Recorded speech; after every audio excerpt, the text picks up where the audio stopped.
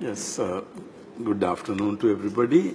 Yes, thank you. Last discussion we read up to the middle of page 41. We will start from the section 4, Abhidharma interpretation of the Avyakruta. I hope you had time to go through this. Basically, when you say Abhidharma interpretation, what are the schools that are meant by that, usually? When we say Abhidharma interpretation, basically what is intended by that term is Vaibhashika and Sautrantika. These are the two schools that are usually meant by Abhidharmika interpretation, or interpretation that belongs to Abhidharma. In fact, this Abhidharma is not a part of Mahayana tradition. Usually Abhidharma is considered to be belonging to the so-called Hinayana traditions. So basically Sautrantika and Vaibhashika are considered to have Abhidharma Pitaka. However, we know that Theravada also has Abhidharma Pitaka, but in the Indian philosophical discussions after the third Sanghayana, we can see that Theravada was not very much part of these discussions, because Theravada gradually moved towards the southern part of India, and of course it moved and got established in Sri Lanka. So Pali Abhidhamma discussions do not form part of mainstream Abhidharma discussions in India. Now, for example, when Nagarjuna was criticizing Dharmavada, Dharma theory, Nagarjuna was basically referring to Vaibhashika and Sautrantika traditions, not the Theravada traditions. Now, about Theravada position, Dharmavada, I discussed with you a little bit in my discussion on Nagarjuna. People like, scholars like Y. Karunadasa have shown that Theravada interpretation of Dharma is different from Sarvastivada interpretation from some crucial aspects. In other words, although Theravadins held form of Dharmavada, their interpretation of Dhamma did not come into something like Dharma in Sarvastivada tradition. So according to the experts, there is a difference between Theravada and Sarvastivada interpretations. So in this work, particularly in the context of Nagarjuna, what you mean by Abhidharmika interpretation of Avyakruta? Abhidharmika interpretation is Vaibhashika and Sautrantika interpretation of Avyakruta. So we will read from there. The Abhidharmika system is a semi-critical school. Abhidharmika system is a semi-critical school. It rejected the unchanging identical soul Atman, declaring it to be name having conventional meaning in the context of the empirical. It, however, constructed the system of speculative metaphysics, a theory of elements based on an imperfect understanding of the utterances of Buddha about Skandha, Dhatu, Ayatana. Vasubandhu discusses the Avyakruta principally with regard to the soul in the concluding portion of Abhidharma Kosha. Coming from an Acharya, teacher, one of the greatest of all times, his interpretation bears the impress of a master mind. Himself a Sautrantika, he had summed up Vaibhashika view. It represents the highest level to which the earlier Buddhism could attain. Now here we have Professor T.R.V. Murthy, according a very high praise to Vasubandhu. He describes Vasubandhu as one of the greatest of all times, one of the greatest of teachers of all time. And then he's himself a Sautrantika. And then he finally concludes it represents the highest level of which the earlier Buddhism could attain. So according to T.R.V. Murthy, Vasubandhu is the greatest philosophers. Now when you read this paragraph, Murthy says that they constructed the system of speculative metaphysics, theory of elements, based on an imperfect understanding of the utterances of the Buddha about Skandha Dhatu Ayatana. So what is the criticism of T.R.V. Murthy on this Vaibhashika and Sautrantika? He proposes that this speculative metaphysics is based on imperfect understanding of the utterances of the Buddha. So if they perfectly understood the utterances of the Buddha, they would have said something different. But according to T.R.V. Murthy, this is Abhidharma tradition, particularly the Dharmavada, represents imperfect understanding of what the Buddha said about Skandha, Dhatu and Ayatana. Okay? So we will move into the next paragraph. Questions are of four kinds. Those that can be answered directly, multiple questions that require analysis before answer, those that are answered by counter question, and lastly, those that cannot be answered at all, sthapaniya. Now, you remember the Pali, the classification, questions to be those that can be answered directly, ekansa vyakaraniya questions. And then you have multiple questions that require analysis before answer, patipuccha vyakaraniya question. Those that are answered by counter question, I think that is patipuccha vyakaraniya question. And then finally we have, what are the four? So we have ekansa vyakaraniya, vibhajya vyakaraniya, patipuccha vyakaraniya, and thapaniya. Now, sthapaniya is the Sanskrit form. So we have ekamsa vyakaraniya, vibhajya vyakaraniya, pati puccha vyakaraniya, and then the other one is thapaniya. Now, the fourth category is what is called thapaniya question. Questions are of four kinds. Those that can be answered directly, multiple questions that require analysis, vibhajya vyakaraniya, those that are answered by counter question, patipuccha, puccha means question, patipuccha means counter question, and then vibhajya. The Abhidharma Kosha enumerates and explains these. The 14 Navyakruta belong to the last class, Sthapaniya. The Milinda Panya also holds the same view with regard to the Avyakruta. So Avyakruta questions are included in Sthapaniya. The Vatsiputriya heresy of a quasi-eternal soul. What is the heresy?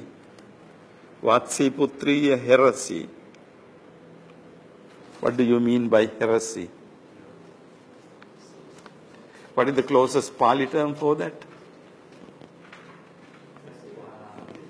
Michhaditti. Pali term is Michhaditti or Mithyadrusti, heresy. But usually heresy has a specific meaning in English language. When you say heresy, it basically refers to the wrong views about Christianity, basically. But, you know, in a general term, as a general term, heresy is used here. Now, those in the Christian tradition, you know, they have list of things that are called heresies, and then heretics means those people who held, you know, these views. In Pali, it will be closer to Michhaditti, wrong view. So we also have a list of wrong views. So these are, so the heresy of quasi-eternal soul. What is quasi-eternal soul? What is the meaning of this word, quasi-eternal soul? Quasi means partly, half, not completely. So quasi-eternal soul means partly eternal soul. It is not completely eternal. Quasi has another meaning. Quasi also mean in a way, in a manner, you know, not really directly or something like that. But basically here, quasi could mean partly. So quasi-eternal soul means partly eternal. You remember we have in Pali some views like ekaccha sassata, sassatavada, and we have ekaccha sassatavada. So ekaccha sassatavada can be quasi-eternal soul. So Pudgalatman, that cannot be defined as either identical with the states. That cannot be defined as either identical with skandhas or different from them, is the target of Vasubandhu's criticism. So what Vasubandhu criticizes this view held by these people on the Pudgalatma to be cannot be defined either as identical with the states of skandhas, or the skandhas, or different from them. So either way, so we have identical with the states, and the different from them is the target of Vasubandhu's criticism. His own interpretation emerges through this polemic against the Pudgalatmavada. Polemic means controversial, debatable discussion is the polemic. Like, you know, you answer questions, then the other party asks the counter questions, you know. So the polemic means question and counter question, you know. That sort of conversation is encounter is called polemic. So through this polemic against the Pudgalatmavada, the existence of the soul as something identical with or different from the body is denied. The existence of the soul as identical, something identical with or different from body is denied.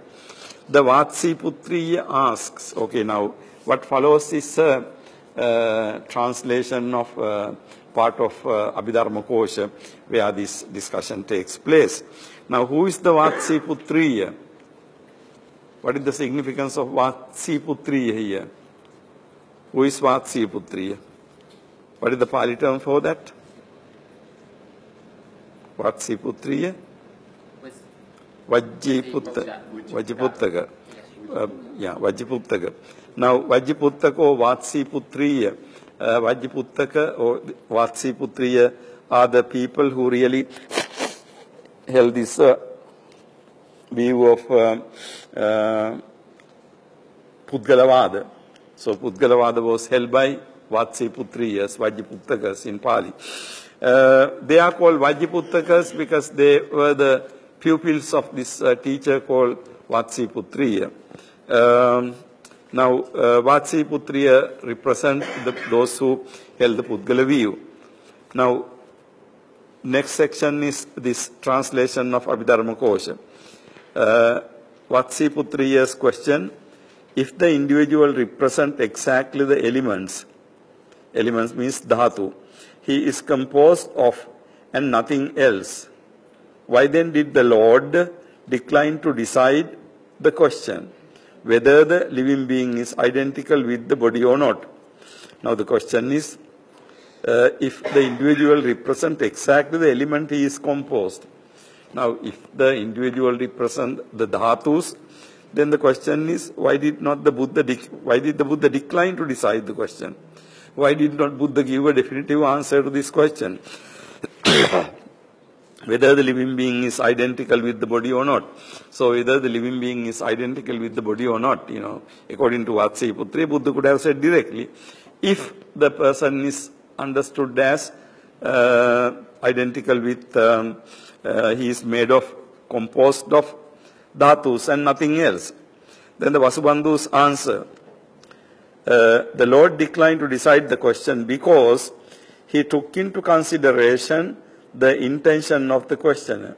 He took into consideration the intention of the questioner.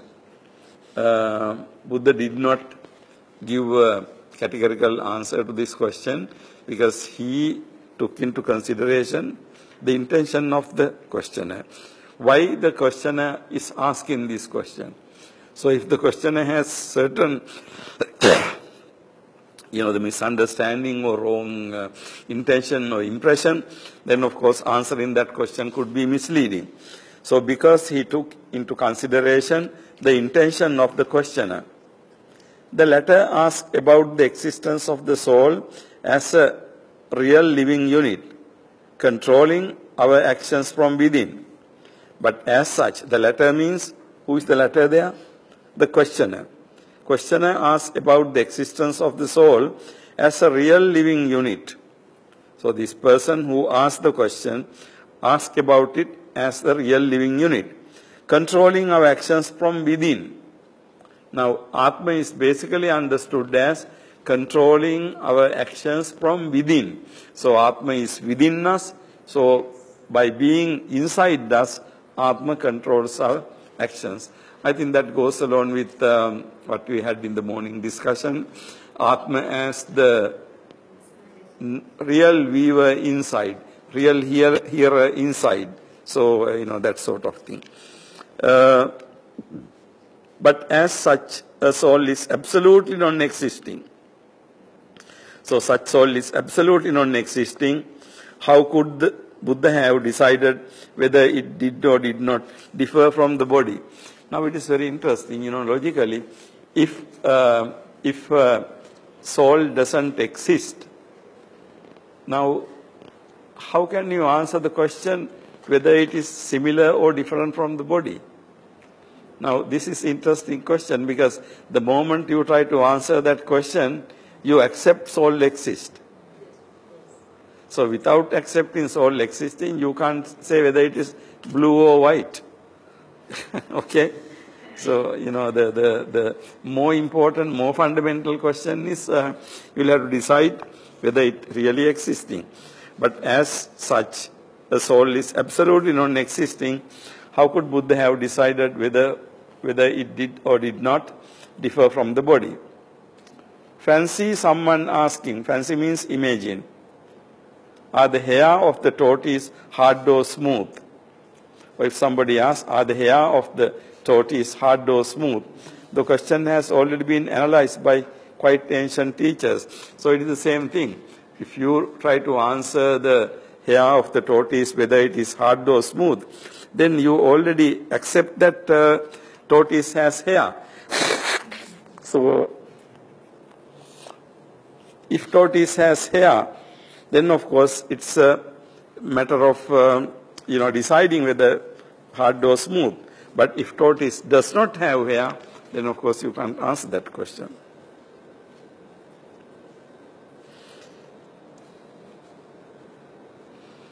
In logical language, we call this a loaded question. Loaded question means you already assume a question in that statement.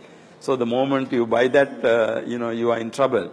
And I think I gave you the other day, if somebody asks a question like, have you stopped smoking? And so whether to say yes or no, you are in trouble, right? So the same thing, so it's like, because it already has a certain assumptions inside the question. So you have to accept that the moment you try to answer. And then the intelligent thing is you keep aside the question. You don't accept the question as a valid question. So sthapaniya, or tapaniya means that this question has already been analyzed by quite ancient teachers. Now, quite ancient teachers means Purva Kair Eveti Ustavira Nagasenadibi. Ustavira Nagasena, the Abhidharma Kocha refers to Milinda Panya here. So it was analyzed in the Milinda Panya. Vatsi Putri then asked, and why did not the Lord declare that it does not exist at all? Okay, then the question is, Buddha did not talk about, declare that it exists. Then the Vatsi Putriya's question is, why did not the Lord declare that it does not exist? So, Vasubandhu's answer, because he took into consideration questioner's state of mind. The first question, the questioner's intention. Now, it says that because the Buddha took into consideration the questioner's state of mind. The latter could have understood that the living being Jiva is the same as the continuity of elements of a life, and that this continuity is also denied. He thus would have fallen into wrong doctrine, the doctrine of nihilism. So if Buddha said no to this question, then he would understand it as even as Buddha rejecting the continuity of elements of a life, and namely this continuity is also denied. Then, of course, he will be going into doctrine of nihilism, Nastikavada, going into nihilism. Then Vasti Putri asked, why then did not Buddha declare that the living being is a conventional name for a set of constantly changing elements? Then he asked, why did the Buddha did not declare that living being is a conventional name for a set of constantly changing elements? Conventional name means traditional or linguistic expression. Vasubandhu, because his interlocutor was not capable of grasping the theory of elements. Now, his interlocutor means a co-participant in a discussion, interlocutor. So, his interlocutor was not capable of grasping the theory of element. Now, Buddha could have said that living being is a conventional name for a set of constantly changing elements. But Buddha did not say so. Why? According to Vasubandhu, because the person who asked the question from the Buddha was not capable of grasping the theory of elements. This, which means the method of teaching in conformity with the mental capacity of the taught. Of the taught means the person who is being taught. Passive voice can be clearly seen in the express words of the Buddha to Ananda when he had answered by silence, Vatsa Gotra, and the latter had departed. This point has been explained by Kumaralabha thus.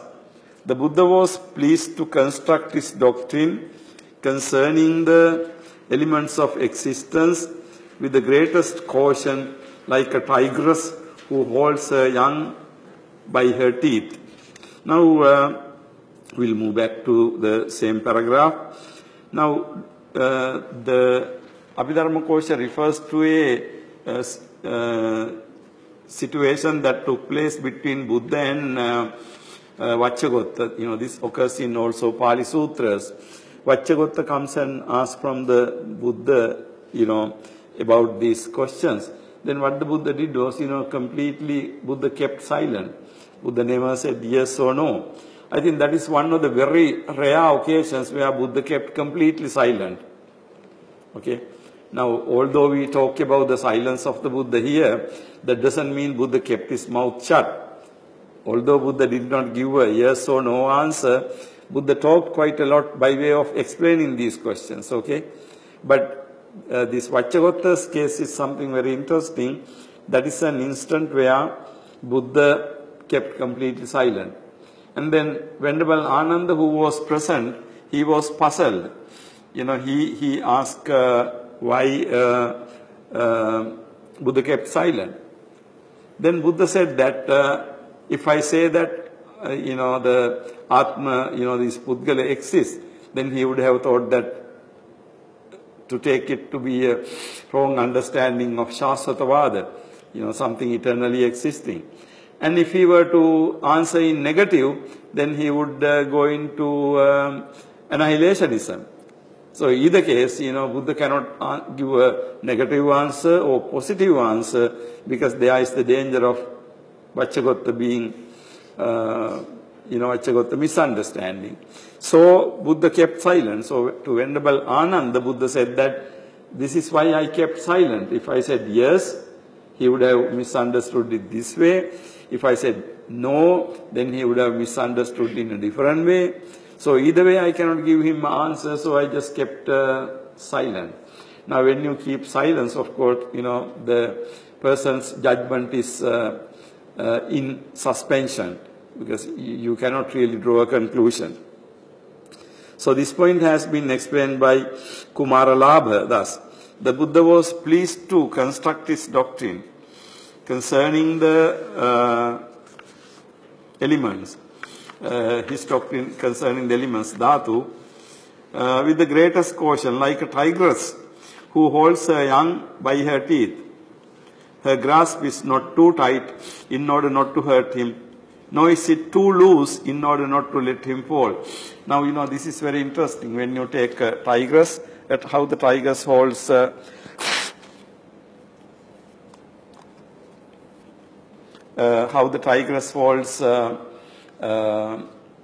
it is cubs. Now, if tigress hold it too tight, then of course, the cub will get hurt. But on the other hand, if it holds too loose, then of course, cub will fall down. So, the tigress has to hold the cub in such a way that it is neither too tight nor too loose. So, it's a very delicate thing.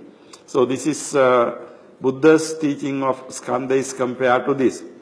Buddha saw the wounds produced by the sharp teeth of the dogmatic belief in eternity on the one hand. So, Buddha saw the wounds produced by the sharp teeth of the dogmatic belief in eternity on the one hand, and by the downfall of every responsibility for one's actions on the other. Like, if you think that it doesn't exist, then, you let fall down all your karmic responsibilities. So ultimately, it results in denying the efficacy of the action. So, either way. If humanity accepted the idea of an existing soul, it lay down wounded by the sharp weapon of dogmatism. If humanity accepted the idea of existing soul, if human being accepted the idea of existing soul, it lay down wounded by the sharp weapon of dogmatism. Because if you accept that there is an eternal soul, then you are going to go to dogmatism. But if it did not cease to believe in the existence of conditioned self, but on the other hand, you have to believe in the conditioned self, then the tender child of its moral merit would perish. So the tender child will perish, because you don't have any belief in the conditioned self. Then you will give up your idea of moral responsibility. The same author goes on and says, since the living being does not exist, the Lord did not declare that it is different from the body. Nor did he declare that it did not exist, fearing that it could be understood as the denial of empirical self. Now here the issue is that, on the one hand, eternal soul, and on the other hand, empirical self. So that you cannot deny that we have an empirical self, like, experiential, each one of is different from others, so we cannot deny that. But on the other hand, whether each one of has a eternal soul that persists through, that has been rejected by the Buddha. Now what happens is, Shasvata and Nucheda are two different extremes. Shasvata says soul is eternal, Ucheda says soul is going to be over at the death. So according to the Buddha, both are extremes. So although there is no eternal soul, you have to accept the fact that there is what is called empirical self. Vatsi Putriya. And why did Buddha not settle the questions about the eternity of the world, etc.? Then he moves from to the next question, eternity of the Sassato Loko, Asassato Loko, and so on. Vasubandhu, for the same reason, Vasubandhu's answer is, Buddha did not settle this question for the same reason. Who took into consideration the intention of the questioner. First of all, the latter, that means the questioner, would have meant the universal soul to be the world. But then, as for the Buddha, no such soul did altogether exist. Every answer, such as, it is eternal, it is not eternal, it is partly eternal, it is partly not eternal, would have been out of place. So, if the questioner understood when he asked about the eternity of the world, if he understood by eternity of the world a universal soul, then of course, because universal soul doesn't exist, you can't give any answer. Because if something doesn't exist, it's like earlier argument. If it doesn't exist, if it is non-existent, then of course you can't talk about whether it is eternal, not, half, or both. Any of these things are not applicable to it. So such an answer would have been out of place. If again the questioner would have meant under the universe the appearing and disappearing of all its elements, every answer would have been out of place. Every answer would have been out of place. If eternal, there is no hope of final release. If non-eternal, the world process would break of its own accord. So, on the other hand, if the questioner were to take universe to be appearing and disappearing of all elements, then any answer would not be again. So it depends on what the person means by universe. Sassato loko, asassato loko, sassatocha, asassatocha, neva sassato, ne asassato. So any of these questions will be considered to be out of place simply because any answer would be wrong.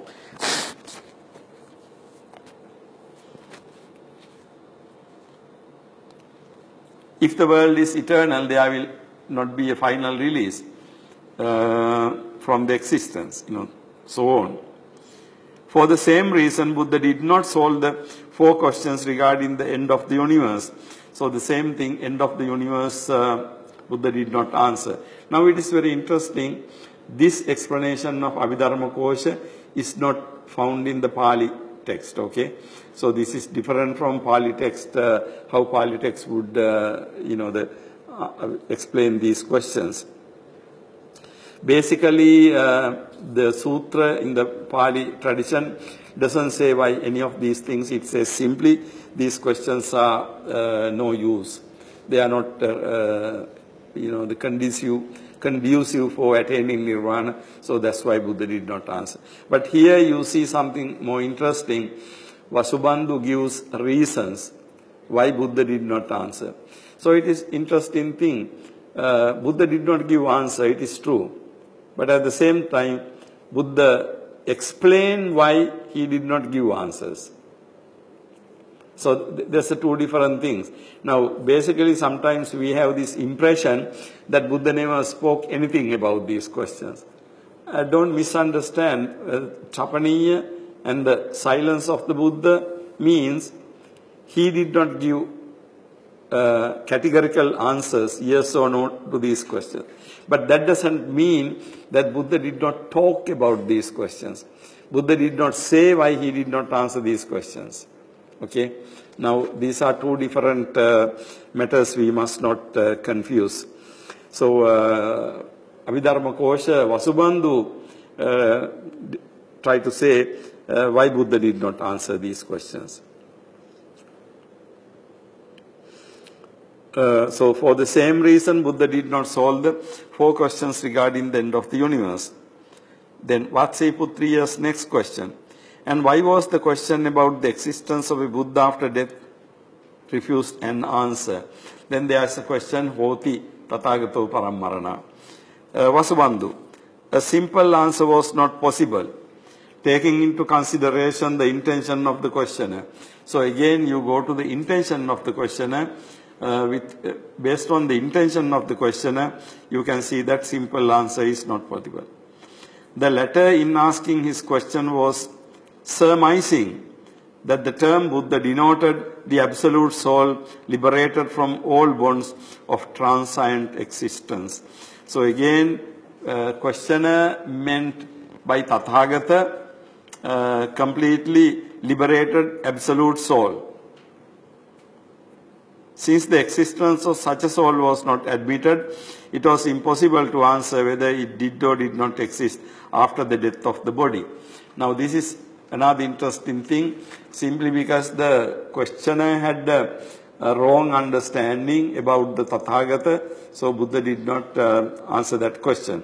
Because questioner had the understanding that Tathagata is, the person liberated from soul liberated from all bonds. So, but such soul does not exist. So therefore, now this is very interesting for our general knowledge, because Theravada tradition, we do not have long discussions about these reasons. But then there are philosophical discussions. For example, K.N. Jayatilaka's discussion on these questions is very important. I myself, in my own work, Nirvana and Ineffability, I have discussed this, why some of these questions were not answered. So you can have a look at those things. The realist solution of the Avyakruta amounts to this, that the Buddha himself advocated the view of the soul. A realist solution of the Avyakruta amounts to this, that the Buddha himself advocated the view of the soul, of the world of things, etc. So the realist solution of Avyakruta amounts to belief that Buddha himself advocated the view of the soul. So it wants to say that Buddha advocated the view on the soul. Now look at there, the view is highlighted. The view is that the soul is but a name for the states. There is nothing unitary or identical corresponding to the name. But all our accounts are unanimous in declaring that the Tathagata characterized all views as things of dogmatic speculation, ditthigata mani. Ditthigata mani. Now that's a Pali term. And did not entertain any view himself. Secondly, the Abhidharmika solution reduces a conflict of reason to a difficulty of verbal formulation, one that would give least offense to the weak-minded. The interpretation is, however, valuable as paving the way for the Madhyamika standpoint, which is the real heart of Buddhism. Now, read that paragraph carefully. What it says is, some people believe that Buddha had Buddha's own position about these things, identical corresponding to the name. But all our accounts are unanimous of declaring that Tathagata characterized all views as things of dogmatic. Now, Buddha described all these 10 to be dittigatani. Dittigatani imani. Imani dittigatani. These are dogmatic speculation. and did not entertain any view himself. Buddha did not have any view about them. Now, the position T.R.V. Murthy tries to attribute to the Buddha is that these 14 are views themselves, and they are dogmatic views. If Buddha had another view about them, that would also amount to a dogmatic view, which Buddha did not have. Now, secondly, the Abhidharmika solution reduces the conflict of reason to a difficulty of verbal formulation. What does that mean? Secondly, Abhidharmika solution reduces the conflict of reason. What is meant by this conflict of reason? We came across this even our last time discussion. Now, what is meant by conflict of reason is when our reasoning ability try to grasp something that goes beyond the reasoning ability. Then it comes up with the conflict. That means on the one hand, it tries to grasp something that is beyond the grasping of reasoning, and then it cannot grasp. So, it gets to some kind of trouble. So, the conflict of reasoning to a difficulty of verbal formulation. But the verbal formulation, the difficulty is question is actually question as being put something wrong manner. In other words, it indicates that if you answer the question, if you ask the question in the right manner, then Buddha would have answered it. But according to T.R.V. Murthy, no, that is not the situation. Simply these questions are trying to capture something that goes beyond beyond the capacity of our reasoning. So something that goes beyond the capacity of reasoning has to be kept aside, because you can't answer that question from reasoning. So it is basically Murthy's interpretation is of the limit of our intellect. There are certain things we can know and certain things our intellect cannot know. Now, when Murthy has this idea in his mind, he has the Kantian philosophy in his mind. The Kant thought that there are certain things we try to answer, but of course we cannot answer them because, they go beyond our capacity of intellect. This is what is the idea. So, but anyhow, he thinks Abhidhamma solution is a weak one, reduces the conflict of reason to a difficulty of verbal formulation. One that would give least offense to the weak-minded.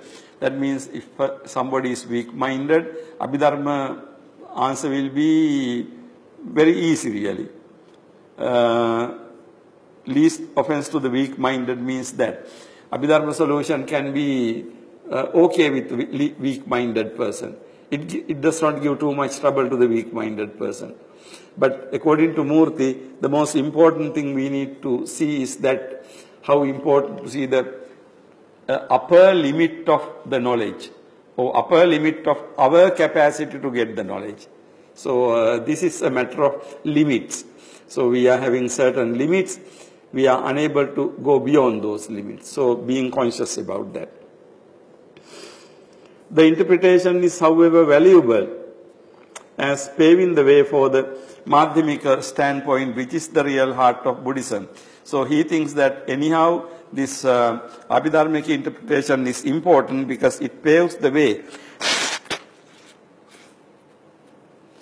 It paves the way for the Madhyamika standpoint, which is the real heart of Buddhism. Now this is again T.R.V. Murthy's interpretation of Madhyamika. Do you have any questions or any comments about this section we just finished reading?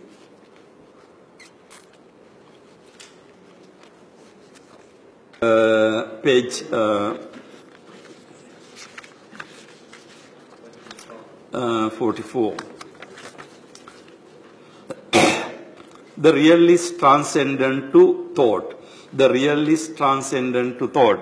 Now here something you have to understand. What is the meaning of the real? Actually in this language, the real you have to understand as referring to something like Sat. Now, the real in capital, so it's something like Sat.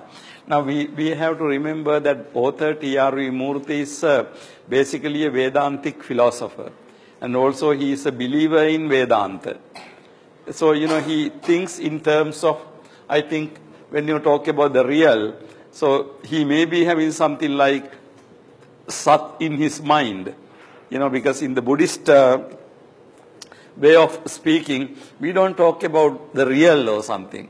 But this word, the real or Sat, these are kind of more to the theistic expression. Because we don't talk about Nirvana as the real, or we don't talk about the Buddha as the real. But of course, you talk about God as the real. Or when you talk about the Atma, you use the word real. So, this language is little bit, we need to be, need to keep it in our mind, these implications. So, he talks about the real is transcendent to thought. That means the real goes beyond thought. In other words, it means that you cannot think about the real. So, in the philosophical thinking, particularly, this is an interesting thing. You remember in the Pali tradition, we have achinteyo na chintetabbo. We have achinteyo na chintetabbo. Achinteya means you cannot think. Na chintetabba means you must not think. So there are two ideas. Achinteyo na chintetabbo. You cannot think, you must not think. Okay, we will talk about that later. So here, the real is transcendent to thought. All the passages should be considered together to have a complete picture. Vachagotta, the wandering ascetic, is the principal interlocutor who persistently asks the Tathagata or his distinguished disciples the reason, justification, why the Lord does not answer the questions definitely, while the other philosophers do so. So in this debate about the 14 unanswered question, T.R.V. Murthy says that it is Vachagotta, the main person, who persistently asks from the Buddha why Buddha doesn't answer these questions, whereas other religious teachers answer these questions. Again, it's very interesting. Some of you can write a paper on Vachagotta. I don't know whether any of you try to do that. It will be, the good informative paper on Vachagotta, because at least count how many times Vachagotta came to see the Buddha. How many sermons Buddha have, suttas Buddha have taught to Vachagotta.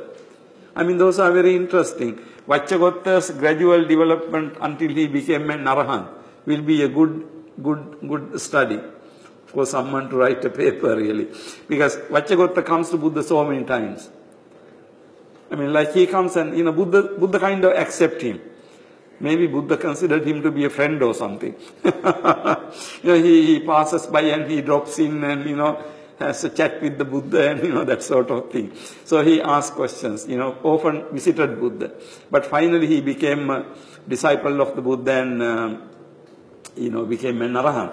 But, so Vachagotta kept on asking, justification, the reason, the justification, why Lord does not answer the questions definitively, while the other philosophers do. This is evidence of the fact that Vachagotta has become aware of the difference between the Buddha and the other philosophers. So, Vachagotta had seen the difference between the Buddha and other philosophers. Whereas Buddha kept silent, other philosophers would be vocal. Then Vachagotta's question, why? Why this difference? He is as yet not aware of the ground of distinction. The Lord or his disciples supply the ground of distinction. He was not aware of the ground of distinction. Why this distinction? The basic reason of this distinction. The questions are about the unconditioned. Now, the questions are about the unconditioned. Now, again, you have to be careful about this term to know the implications. When you say unconditioned, again, U capital, unconditioned. Now, in Pali we have something called,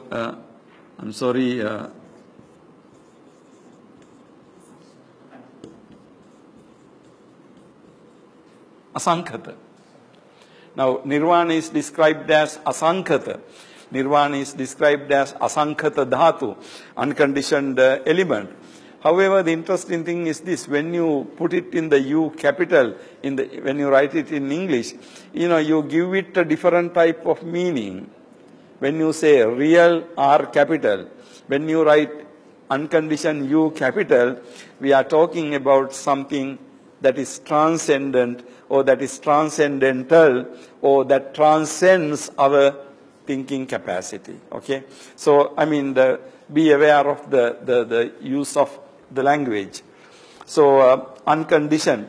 So, according to T.R.V. Murthy, these 14 questions are about unconditioned. Buddha is alive. Unlike other philosophers, to the insuperable difficulties in conceiving the transcendent in terms of the empirical. So the insuperable difficulties in conceiving the transcendent in terms of the empirical. So on the one hand you have empirical, on the other hand you have transcendent. The Buddha is alive. So on the one hand you have one aspect is empirical, then you have transcendental. Okay. Now, what are the insuperable difficulties? Buddha is alive. What is the meaning of Buddha is alive? Now, there are two meanings. Don't misunderstand. When you say Buddha is alive, means Buddha is living. But when you say Buddha is alive too, it has a different meaning. Buddha is alive to insuperable difficulties. That means Buddha is aware of that. Buddha knows about it. So, there live doesn't mean Buddha is living. Okay? The Buddha is alive to insuperable difficulties. Insuperable. Insuperable means you cannot conquer really. You cannot go beyond them. You cannot win over them. That is insuperable. Sometimes there are difficulties you can overcome. But this is a difficulty you cannot overcome. That is what is called insuperable difficulties. So Buddha was alive to insuperable difficulties. What is the difficulty? Yeah, what is the difficulty spoken here? The difficulty spoken here is insuperable difficulty in conceiving the transcendent in terms of the empirical. Difficulty in conceiving, thinking about the transcendental, what that goes beyond your sensory experience, you try to conceive through empirical means sensory experience. So in other words, the transcendental goes beyond your ordinary experience and ordinary thinking. So about something that goes beyond your ordinary thinking, you try to think through your ordinary thinking. So according to Murthy, this is the problem. This you cannot do because actually it is the transcendental. By definition, transcendental means something that goes beyond your ordinary experience. And then, how you can think about empirical. Empirical means through our senses. Okay, that's the idea. So in conceiving the transcendent in terms of the empirical, that form by which the Tathagata is usually known is no longer present. That form by which the Tathagata is usually known, that no longer present. What does that mean? The Tathagata does not have a form, physical form that is usually you know people by which. Now read this number 2 paragraph Pali. Maha ayye samuddo gambiro appa meyo dupparyo gahoti. Evamevako maharaja yena rupena tathagatan panyape manu panyapeya tang rupan tathagatassa pahinang uchinna moolang tala vattu katang anabhava katang ayating anupada katang Rupa Sankhaya Vimutto ko Maharaja Tathagato Gambhiro Appameyo Duppariyogal ho. Here Duppariyoga ho. You remember subsequent stanza Atthangatassa na pamanamatti Yena nang vajju tantassanatti. So Yena nang vajju tantassanatti. Of him with which you speak, that doesn't exist for him. So, this is the idea. So, the form by which the Tathagata is usually known is no longer present. So, here, of course, the Sutta discusses about the Tathagata when he attains Parinirvana.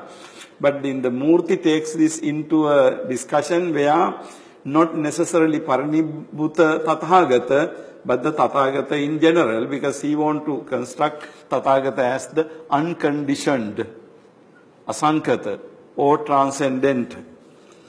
So that form by which the Tathagata is usually known is no longer present. He is free from measure and form, Rupa Sankha Vimutto.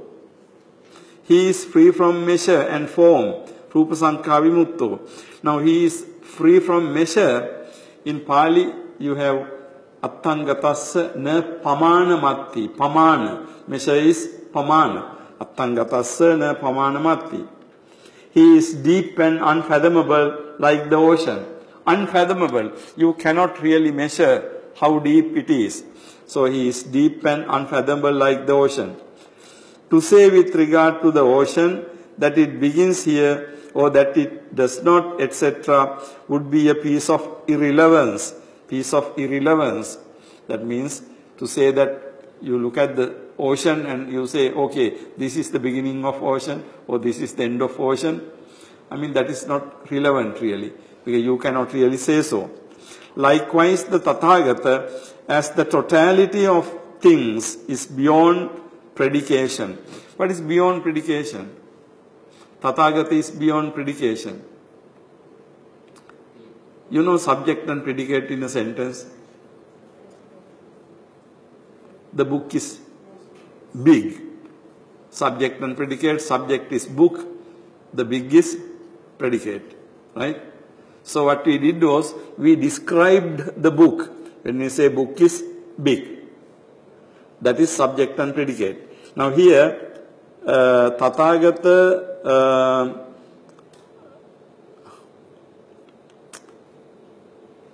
beyond predication. Tathagata is beyond predication. When you have Tathagata, you can't say Tathagata is big or small, great or not. Any kind of predication means any kind of, the adjectives you cannot use about the Tathagata. That is what is meant by beyond predication.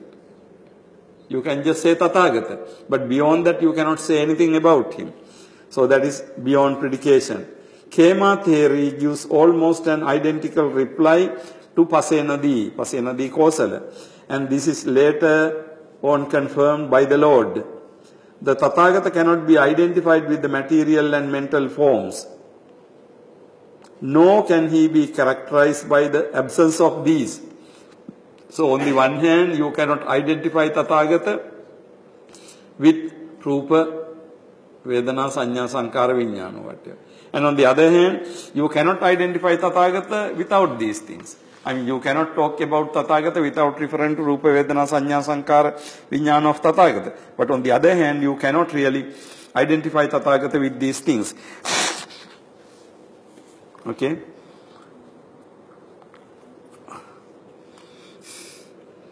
Nor can be characterized by the absence of.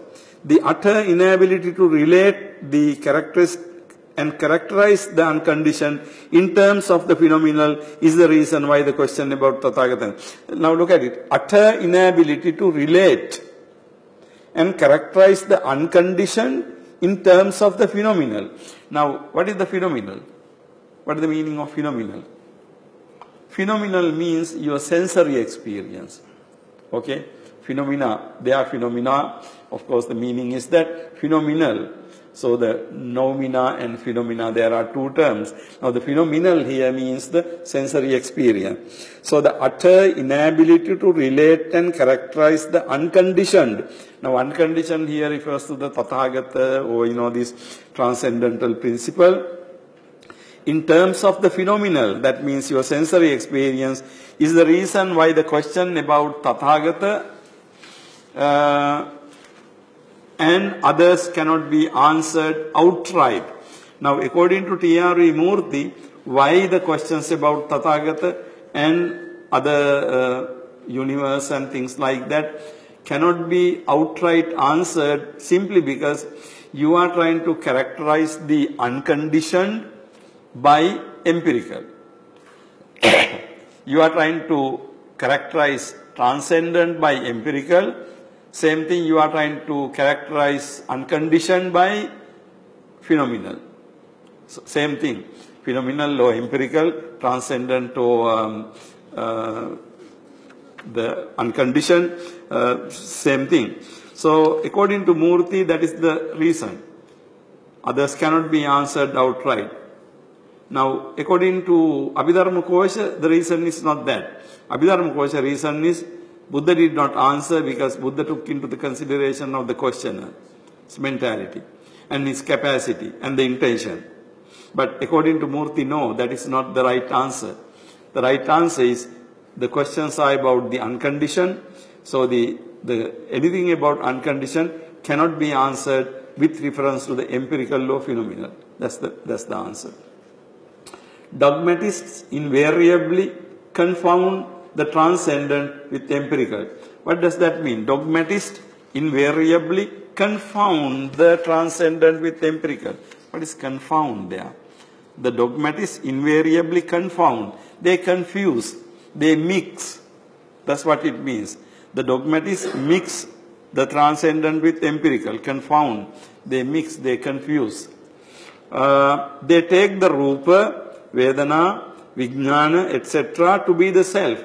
So they take Rupa, Vedana, etc. to be the self.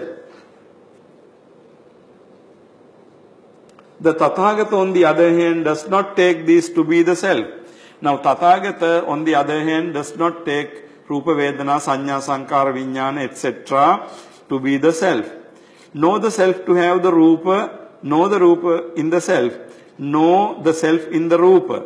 Now, according to the Buddha, Rupa is, according to Murthy, he thinks that for the Buddha, Rupa is not in the self, self is not in the Rupa. Right? So the self cannot be attributed with Rupa, Vedana, Sanya, Sankara, Vijnana. So does not take these to be self, know the self to have the Rupa, know the Rupa in the self, know the self in the Rupa. So in a way you can say self is in the Rupa, Rupa is in the self. In Pali, Attaniva Rupang, Rupasmingva Atta. So whether in the Rupa you say Atta is there, or you say in the Atta there is Rupa, either way. Deeply conscious of the empirical nature of these categories, the Tathagata does not indulge in such unwarranted extensions. So, Tathagata is deeply conscious about the empirical nature of these categories. What categories? When you talk about Rupa, Vedana, Sanya, Sankara, Vijnana, so these categories. The Tathagata does not indulge in such unwarranted extensions. Extensions means extension of views. He does not spine speculative theories. What does it mean? He does not spine speculative theories. Spinning means what? Have you seen this spinning machine where people make clothes? So it goes like this. Spinning is that. So the Buddha does not spine these views, means Buddha he does not spine.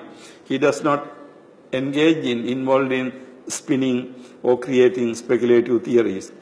He has realized that real is transcendent to thought. So the Buddha has realized that the real is beyond thought. Now, Buddha tells Ananda when Vacchagotta had been answered by the silence and departed, the reason for his attitude. Now we referred to it earlier. Vacchagotta came and asked some questions. Buddha just kept mum. Then Ananda was puzzled. He asked, why didn't you answer that man? He went frustrated because Ananda could not understand. Then Buddha's explanation to Ananda.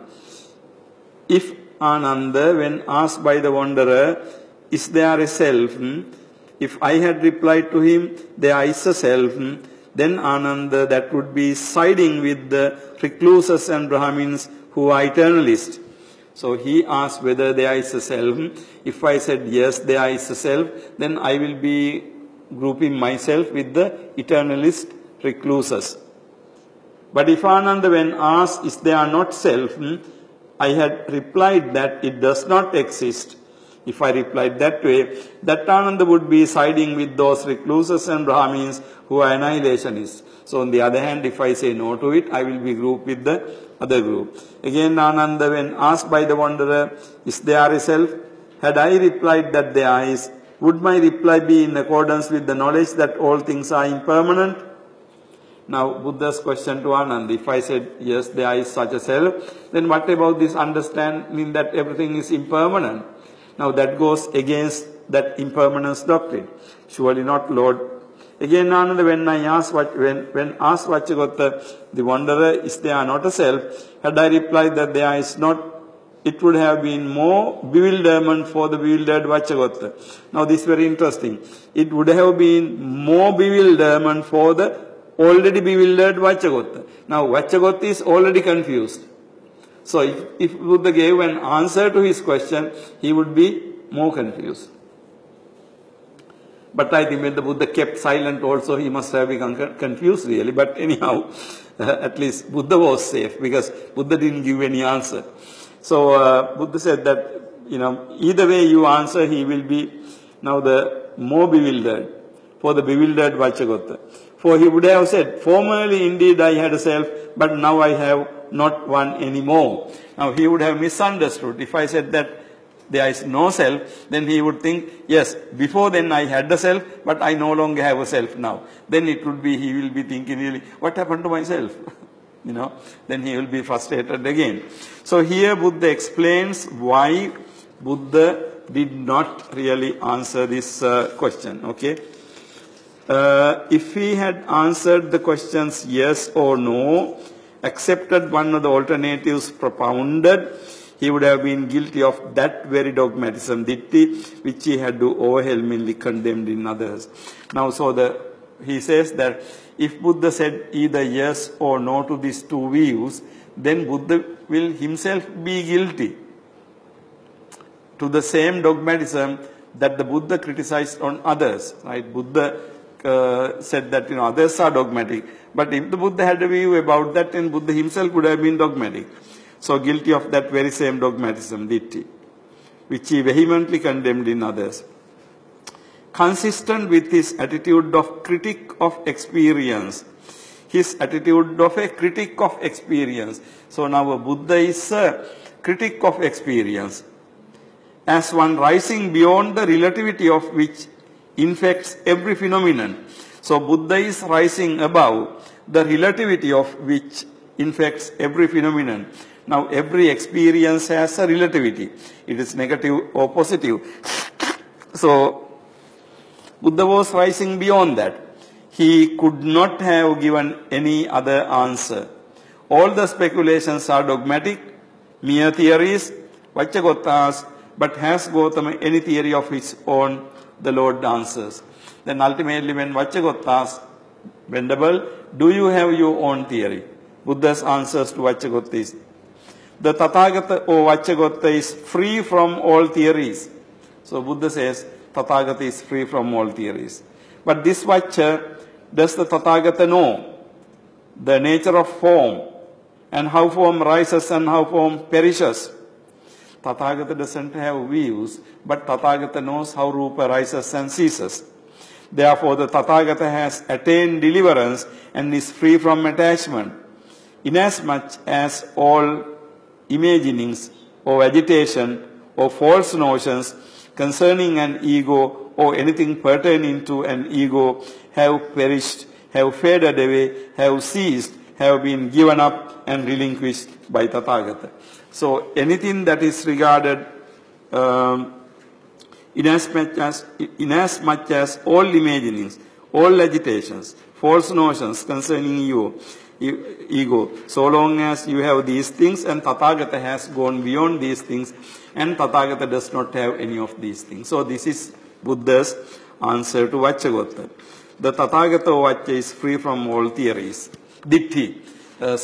Here what is translated as theory is Ditti. So answer. Okay, we'll move on to page 46. Instead of the usual opposition between Shasvatavada and Uchchedavada, or affirmation and negation, Buddha substituted the more fundamental one between dogmatism and criticism. So actually Buddha went beyond Sassatavada, Uchchedavada, usually two polar views. But Buddha substituted the more fundamental one between dogmatism and criticism. So one is dogmatism, the other one is criticism. Now dogmatism is to accept either of those views. Criticism is to critique what the Buddha did without accepting those views. This is his middle position, Madhyama Pratipad, which is not a position in the sense of a third position lying midway between the two extremes, but no position that supersedes them in both. It is thus a higher plane. Now try to read that again carefully, because that's a somewhat difficult sentence. It makes an important point. Now according to T.R.V. Murthy, Buddha goes beyond Sassatavada, Uchchedavada, eternalism, annihilationism, and then he moves into a different level where on the one hand there is a dogmatism, on the other hand there is what is called criticism. So on the one hand, one is dogmatism, the other one, this is the middle position, which is not the position in the sense. You have Sassatavada, Uchchedavada. Now middle position is not part of Sassata and part of Uchcheda, but the middle position is criticism. This is what T.R.V. Murthy says. So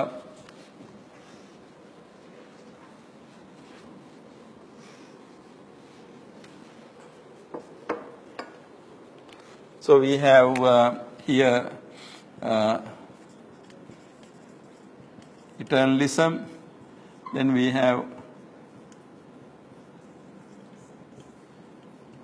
annihilationism, and then going beyond these things you have criticism. Now this level is the level of Ditti, view. Okay. Now when you go beyond this, according to Murthy, this is not a view really. This is not a view. You transcend this and you transcend this by way of criticism, in the sense by critiquing both, but this middle position is not a combination of these two positions. Okay, that's what it says. Buddha substituted the more fundamental one between dogmatism and criticism. This is his middle position, Madhyama Pratipad, which is not a position in the sense of a third position lying midway between two extremes. Now, you know, Buddha's position is not really a position. Buddha's is not a view. Now, if a Buddha made his own view combining both extremes, then it would be a third view. But if it is a view, it will have the same weaknesses as any other view. So in other words, what the Buddha did is not really expound another view. This point is very interesting, because this is how we have to understand Majjhima Patipada. Now when the Buddha said Majjhima Patipada, Attakila Matthana Yoga, Kamasikallakana Yoga, and then Majjhima Patipada, many people think that little bit of Attakila Matthana Yoga and little bit of Kamasikallakana Yoga is Majjhima Patipada. No, actually you go beyond that, and then so the Majjhima Patipada is neither Kamasikallakana Yoga nor Attakila Matthana Yoga. It's a different position. So this is what Murthy says here. This is his middle position, which is not a position in the sense of a third position lying midway between the two extremes, but a no position that supersedes both. So if you take position as a view, then this is not a view. It is something Buddha does. It's not a position. That supersedes both, it is thus a higher plane. So Buddha moves into a different plane. Now if Buddha had another view, Buddha is occupying the same plane. Now you remember what I said about Paticcasamuppada? That's why I said either Paticcasamuppada is higher, either Paticcasamuppada is lower, but not in a parallel level, because it's a different idea. So, it is either higher or lower, but not on parallel. A similar thing here. Next paragraph. Why do not the other philosophers rise up to this critical plane? Or how could Buddha reach this? Then the question, why not other philosophers? How only the Buddha? Again, the Lord or his disciples, Sariputta and Moggallana, provide an answer. The Lord tells Vacchagotta that ignorance of Rupa Vedana, etc., how they arise, how they cease, and of the path leading to their cessation, is the cause of dogmatism. So why you come into view is because you don't have knowledge about how Rupa Vedana Sanya Sankara arises and ceases. So you go for dogmatism. To another question, Maha Kothita, Sariputta gives the same answer. Ignorance of the truth with regard to Rupa, etc., is due to attachment to Rupa and being addicted to existence. Being addicted to existence means, what is the Pali term? Being addicted to existence. What is the Pali term? Come on, you know it. Bhavatanha. Bhavatanha is the being addicted to existence means Bhavatanha. Buddha, unlike dogmatist, knows what Rupa and other skandhas are. So Buddha, unlike other dogmatists, other people did not know. Buddha, unlike other dogmatists, knows what Rupa and other skandhas are. He perceives their origin, their nature as pain, and the way to suppress them. He does not theorize about them. He does not theorize. So theory, theorize. What is the difference? Theory, theorize. You make theories, you create theories, is theorize. Others view theories regarding them, view. Now, we came across the same word, spinning. Others spin theories, he said earlier, now he says view. View is like weaving the clothes. But do not know their inner constitution. They don't know about how the theories are constituted. And to know this is to be free from delusion of the I and the mind. The contrast implied is between dogmatic use of Rupa, etc., and the analytic awareness of them, between theory and the critical consciousness. So actually, according to T.R.V. Murthy, on the one hand, people have views, theories, dittis. But on the other hand, Buddha had the critical consciousness about. Buddha did not have another view or ditti, but he was conscious of, he was aware of. To become aware of a theory, ditti as such is not to propound another theory. Now the same thing again. To be aware of a theory, to become aware of a theory is not to propound another theory. It is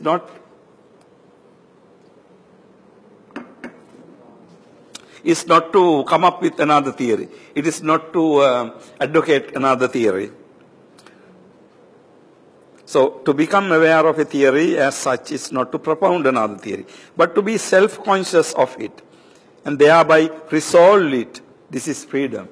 So, what happens is, it's very interesting, philosophically, what Murthy says is, okay, when you are aware of the theories, what you do is, you don't create another theory. You resolve in your mind the need for theory. So it's a different thing. Then you don't need any more theories after that. Now that is the resolving of theories. I remember Wittgenstein, this modern philosopher, said something very interesting discussing similar thing. He said, the answer to the question is to make the question disappear, to make the question unnecessary. So you are not trying to answer the question, but you are trying to make the question unnecessary. So in other words, simply the question doesn't exist. So if the question doesn't exist, then you don't have to answer, right? Now, so the difference is that in the dogmatic level, we are trying to answer the question by giving another view. But according to T.R. Vimurthy, I think that's very interesting. You go beyond the theory. So you are self-conscious and you thereby resolve it. Now this is freedom. So he says when you are free then. But so long as you are siding with one theory against the other theory, you are in the same boat. You are in the same boat. You are also having the theories. But then when you give up all the theories, now you remember what Nagarjuna said, Sarva Drushti Prahanaya. Okay, so we will come to it later. And, okay. When do we know Rupa as Rupa, a theory as theory? Okay, when do we know Rupa as Rupa and theory as theory? Not when we are using it implicitly, putting all our trust in it, enamored of its externals, but only when we realize its shortcomings. So long as we use the Rupa or we use a theory, we don't see what is wrong with that. Okay, because we are enamored by that, we are attracted by that, by the external appearance. But when we start seeing the shortcomings, faults of it, then we are elevating ourselves to a higher plane. As long as a mechanism is working smoothly, we have no occasion to know its constitution. Interested as we are in its working, we do not take it to pieces. Okay, when the mechanism is working perfectly, we don't need to dismantle the engine. Car runs smoothly, no problem. And also, interested as we are in its working, we do not take into pieces. We don't dismantle into pieces. When we use reason in the dogmatic speculative way to construct theories, we are not aware of its nature and how it works. So when you are using reasoning to construct dogmatic speculative views, to construct theories, we are not aware of its nature, how it works. As reason becomes involved in antinomies, we grow critical and try to understand the structure of reason itself. Now what it means is, so long as we are using reason, and so long as we don't have any problem with reason, we don't try to understand the reason. But when we try to understand certain things that cannot be understood by reason, then we try to dismantle reason. So until and unless reason get into trouble, we just use the reason. We make theories, we make counter theories, and life goes on. But ultimately, when you hit the rock bottom, like the reason, we find that reason is incapable of giving answer, then we are thinking of, we need to analyze the reason then, because the machine is not working anymore.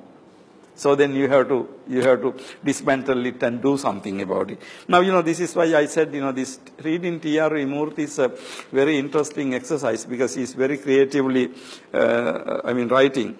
So we go critical and try to understand the structure of reason itself. The two way thus be equated. To know what a theory is to know it as false. Now, Murthy says, to know a theory means to know it as false, because your understanding a theory is to know that theory is wrong. Because theory is wrong, because theory represents not really the intellectual content, your attitude of your mind. When you have a drushti, whether drushti is right or wrong doesn't matter. So long as you have a drushti, you are grasping it, you are fighting it with others, and so on and so forth. The very futility of the attempt to reason to reach unconditioned shows it as a subjective device. Now the very futility means foolishness, impossibility, meaninglessness of the attempt of reason to reach unconditioned. So reason tries to reach unconditioned, but it cannot. Shows it up as a subjective device. Buddha condemns theories in his characteristic way. So Buddha condemns these theories in the following manner.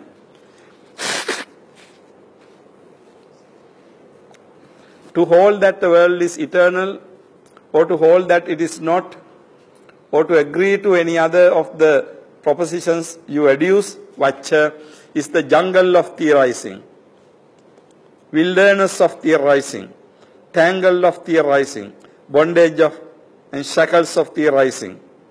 Now you will remember the Pali terms for these, ditti kantarang, ditti and so on. Bondage, ditti bandhana and so on. Attended by ill, distress, perturbation. Perturbation means, the turmoils and trepidations and, the shakings. And fever, it conduces not to detachment, passionlessness, tranquility, peace, nedan nibbidayana viragayana nirodayana upasamaya, to knowledge and wisdom and nirvana and nibbanaya. This is the danger I perceive in these views which makes me discard them all. Buddha says to Vaccha, now these theories are so bad, that's why I discard them all. Again, Buddha doesn't try to answer the theories by another theory. Buddha give up theories. This contention also necessarily implies that the criticism of views is not itself a view. Now try to understand that last sentence. Criticism of views is not itself a view. What does it mean? Criticism of view is not itself a view.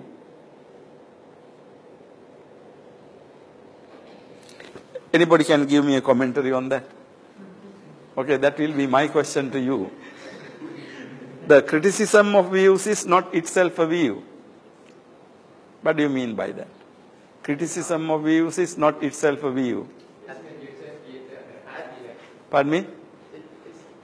Criticism of views is not itself a view. It's not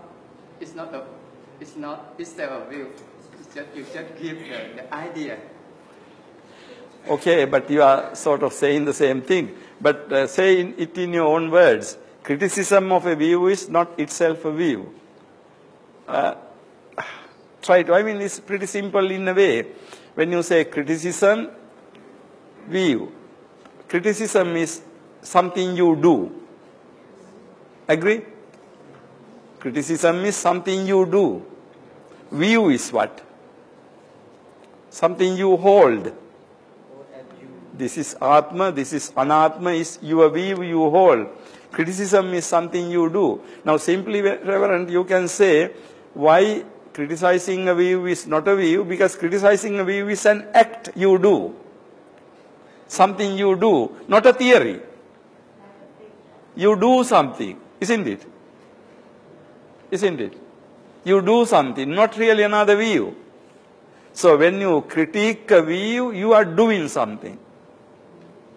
So criticism of a view is not another view, that's why. So in other words, the T.R.V. Murthy want to show the difference between somebody having a view and somebody critiquing it. Now in order to critique, now according to Murthy, that is what the Buddha did. So Buddha without holding a view, but Buddha critiqued the view. Now usually what happens is either people go to Atmavada or people go to Anatmavada. Anatma in the sense annihilation. What the Buddha did was neither going to Atmavada nor going to Anatmavada, but showed that both are operating in a dogmatic level. So when the Buddha does that, of course you can't say that Buddha is Atmavada or Anatmavada. Right? Buddha is neither Atmavada nor Anatmavada. Buddha has simply gone beyond the view. So going beyond the view, going higher than the view is you are a different person. Like look at it. So you have eternalism, you have annihilationism, and the criticism is beyond that. So the criticism the criticism is not the third view. In other words, having rejected the two opposite view, Buddha didn't come up with another view. Anyhow, this is very important thing when we try to understand what the Buddha did. Okay, I will wind up reading for today with that, but anyhow, you are welcome to make any comments or any questions or anything that is not very clear. We can discuss a few more minutes. So.